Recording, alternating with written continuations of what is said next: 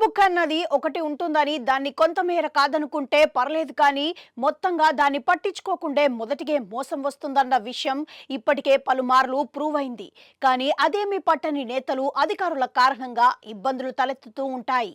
తాజాగా గులాబీ ముఖ్య నేతల్లో ఒకరైన కేటీఆర్ ఇబ్బందికరమైన పరిస్థితిని ఎదుర్కొంటున్నారు. ఫార్ములా ఈ రేస్ విషయంలో అరెస్టు ముప్పును కేటీఆర్ ఎదుర్కొంటున్నారన్న ప్రచారం జోరుగా సాగుతోంది. దీనికి తోడు ఏసీబీ దూకుడుగా వ్యవహరిస్తూ ఆయన్ను అరెస్టు చేసేందుకు ప్రయత్నాలు చేస్తోంది.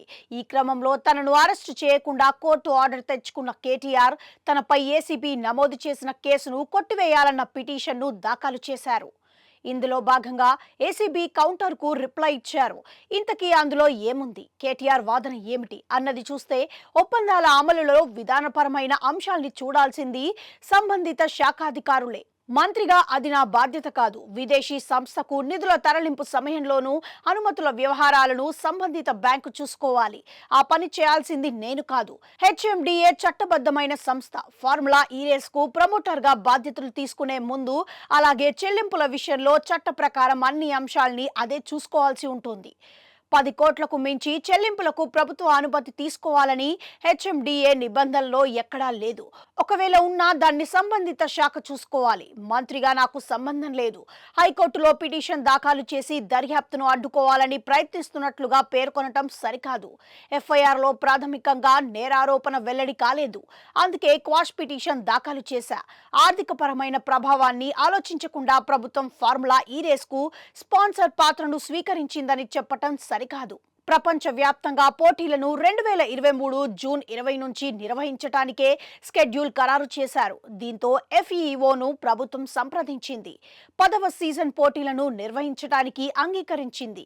ఇందులో భాగంగా ప్రమోటర్గా వ్యవహరించిన హెచ్ఎండిఏ ఫీజు మొత్తాన్ని 3 వాయిదాల్లో చెల్లించడానికి అంగీకరించింది.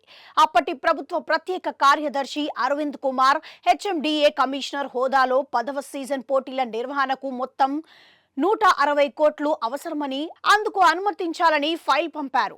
పన్నుకు సంబంధించి పాత ఒప్పందంలోనే ఉంది. అందువల్ల అదనంగా భారమనటం సరికాదు. 10వ సీజన్ తప్పిపోకుండా ఉండేందుకు వాయిదాల ప్రకారం చెల్లింపుల నిమిత్తమే ఒప్పందం కుదుర్చుకున్నట్లుగా ఈ క్రమంలో ఎన్నికల కమిషన్ అనుమతి తీసుకోలేదన్న ఆరోపణలతో నాకు సంబంధం లేదు. నిబంధనలు అమల్లోకి వచ్చినప్పుడు మంత్రిగా విధులు నిర్వహించలేదు. అక్రమాలను బాధ్యుణ్ణి కాదు. సచివాలయం బిజినెస్ నిబంధనలు హెచ్డిఎంకు వర్తించవు. అరవింద్ కుమార్ రాసిన లేఖ ప్రకారం అధికారులు ఫైలు సిద్ధం చేసి ఉత్తర్వుల కోసం సీఎంకు పంపా. ఒప్పందం ప్రకారం మిగిలిన 50% చెల్లించకపోవడంతో ప్రభుత్వ ఖజానాకు 55 కోట్ల నష్టం, ఇతర ఆదాయాన్ని కోల్పోవాల్సి వచ్చింది.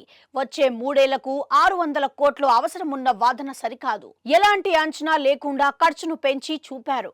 రాజకీయ కక్షతోనే ఆరోపణలు చేశారు. విదేశీ నిధులు తరలించడానికి అవసరమైన అనుమతులను బ్యాంకు తీసుకోవాల్సి ఉంటుంది.